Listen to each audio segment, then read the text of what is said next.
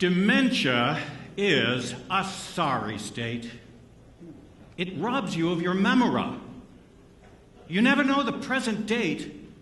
The past becomes ephemera. The future lies ahead. They say tomorrow is another day. They lie. Tomorrow's like the snow when springtime comes to make it go. The instant of the sun's first ray, tomorrow's name becomes today. You live from now till all time hence in a constant present tense. When my father was diagnosed with Alzheimer's disease, I feared that our close relationship was doomed. Dad had committed no crime, but he was being sentenced to a life of progressive amnesia without possibility of parole. I tempered my shock by denying that this was a tragic turn of events. Hey, I decided, dementia is a gift. Dad'll be freed from all past doubts and guilt. His record will be wiped clean. He'll live in a blissful here and now, and his future will be an open book. We should all be so lucky. The Kubler-Ross model says denial is the first of the 5 stages of grief. Denial numbs our pain, or at least deflects it. But while I was grieving my father's condition, I wasn't denying it. In fact, I'd quashed my grief by celebrating it. No, wait. I found that as I observed my father and other Alzheimer's patients in various moods and states of health, I couldn't really tell where they felt themselves to be in a time continuum. And I worried for myself. Was dementia in the blood? Would I someday lose my own memory? Now I wasn't celebrating, I was trembling. I'm suddenly touched by the darkest suspicion that all that I've said is just wishfully wishing that losing my memory is God's plan for me, when I don't even think there's a God in the sea, or the sky, or on land in a chariot riding. Dementia's a bitch, and there's no use in hiding the truth that it's no gift sent down from on high, or that present sensations suffice. That's a lie. If anger is the second stage of grief, I guess I was in it now, since to harden myself against my fears, I was working up a hearty rage. And in my photographs and my poetry, rage was pouring forth. So give us this day and our daily bread too, but don't make believe that the world's born anew every morning. It's not. We're just one whole day older. Wiser, we hope, and stronger and bolder. Than what, though? Than yesterday? That we can't answer, except to affirm that dementia's a cancer which kills off our knowledge of which is more rotten. A bad day remembered, or one that's forgotten. What was I angry at, though? Cold, cruel fate? Nah, that was too vague. I needed an enemy I could see, talk to, attack. Oh, don't get too cocky, dementia, you beast. I'll blast and I'll slash and I'll wound you at least. Though killing you won't be so easy, I know. My father has tried, but he's little to show for his efforts to keep his brain ticking apace. It keeps ticking, but slower. You're winning that race. I hope that you're proud. And I hope that you sing when everyone's memory unravels like string, all of us losing our wits and our sanity, all for the sake of your monstrous vanity. 3 cheers, dementia, you've conquered humanity, now half extinct like the beautiful manatee. When I teach playwriting, I write on the board, drama is conflict. I explain that to live and breathe, the drama must be personified, protagonist versus antagonist. In the drama, I was living with my father. Dementia was my antagonist, and I was personifying it. They say, death be not proud to the reaper when he takes a man or a woman deserving to be on this earth a while longer. Dementia, you too, be not proud of dementing the people you do. Be not proud any more of your amyloid plaques, your tangles that stop neurons dead in their tracks. Be not proud of dementing good folks like my father. Be shamed by your deeds. Wait, to dementia feeling shame? Who was I kidding? And who was I kidding that dementia could be defeated? The third stage of grief is supposedly the bargaining phase, but there was no bargaining with dementia. And as I realized that the antagonist I'd been fighting was myself, my own wishful presumption that Alzheimer's patients live in a blissful and eternal present tense, I plunged straight to grief's fourth stage of depression. Be shamed by your deeds? No, why? What's the bother? No shame on your part will restore my old dad. All that's left in his head is the love that he had for his son and his daughters, the woman he wed.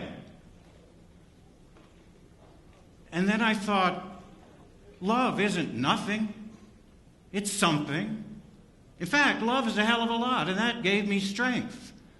All that's left in his head is the love that he had for his son and his daughters, the woman he wed. But it trumps you, dementia, this love in his head. So does our love for him. And if you have the gall to deny against evidence love conquers all, then you don't know what love is, how mighty and free, how it floats like a butterfly, stings like a bee, leaping tall buildings at one single bound. I once was lost, but now I am found in the cradle of this, of which you know not whereof. It's love, and it's us, of which it takes good care of.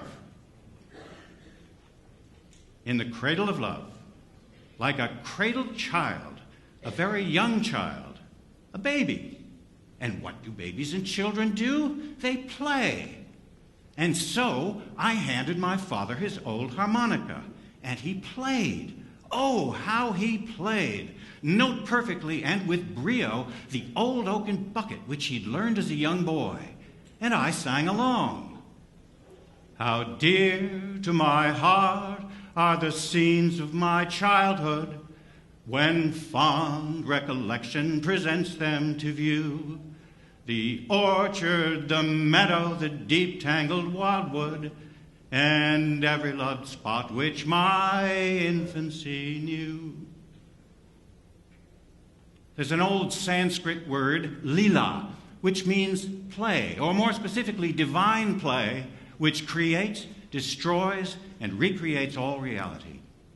In this both human and cosmic sense, Leela means playful joy in the present moment. Leela also happens to mean love. You remember that poem, Jenny Kissed Me, I asked my father? Jenny kissed me when we met, he said immediately, jumping from the chair she sat in. Time, you thief who love to get sweets into your list, put that in. Dad could never recite that poem without his eyes moistening. Say I'm weary, say I'm sad, say that health and wealth have missed me. Say I'm growing old, but add, Jenny kissed me. I'm a photographer as well as a writer. For years, I'd been taking pictures of children, and now I was taking many of older persons. I concluded that instead of trying to guess at their mental states, I'd do better just photographing them, capturing them in eternally present tense images which would last longer than they or I would. Now, as I looked over these pictures of young and older people side by side, it struck me that while youth connotes exuberance, joy, innocence, and adventurousness, certain physical attitudes of young persons suggest the presence of nascent adult behaviors and states of mind. I saw that the line from youth to late adulthood, while often obscured by time and varieties of experience, can nevertheless be perceived as unbroken, especially in photographs which present early and latter stages of life as distant mirrors of each other.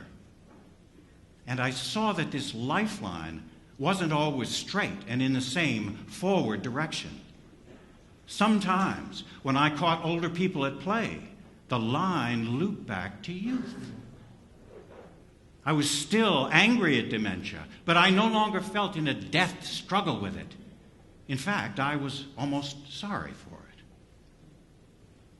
Who cradles you, dementia? No one. That's the trouble.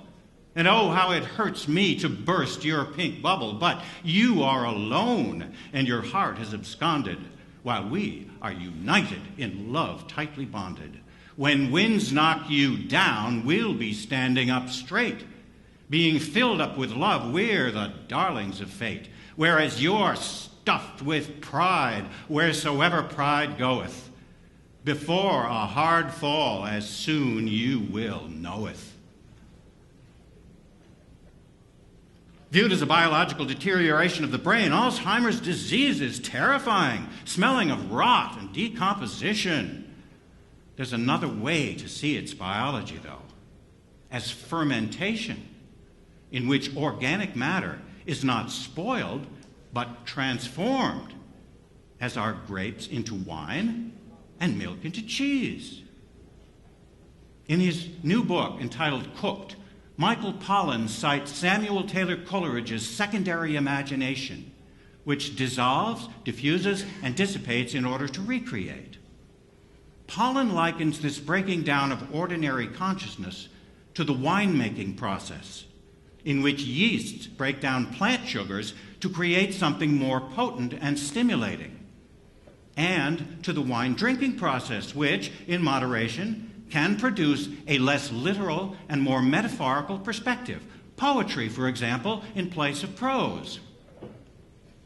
In this very way, while my father had Alzheimer's, he and I moved from a prose relationship into one of poetry, which was no better or worse, just different, less literal and more metaphorical, where we engaged more in rhyme than in reason. Freezing time initially, but then melting it and coming together in that lyrical middle realm between what had gone before and what was yet to be. Dad had been sentenced to a life of dementia, but the key word was life, not sentence. Acknowledging this felt like grief's fifth stage of acceptance. For me, at least, and I think for him, as he lived his last days and died in a state of peace.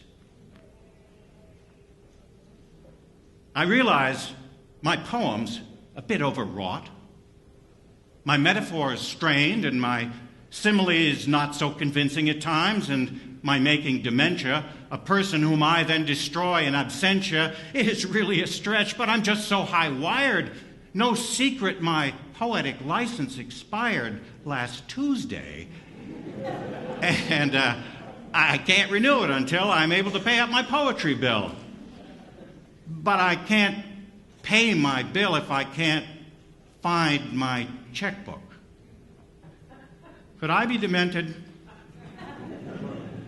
No matter. Oh, heck, look, I've spoken enough. Now I'll leave you to ponder that down's sometimes up and your becomes yonder. Don't fret past and future. Just throw that old clock out. When dementia fights love, love wins by a knockout.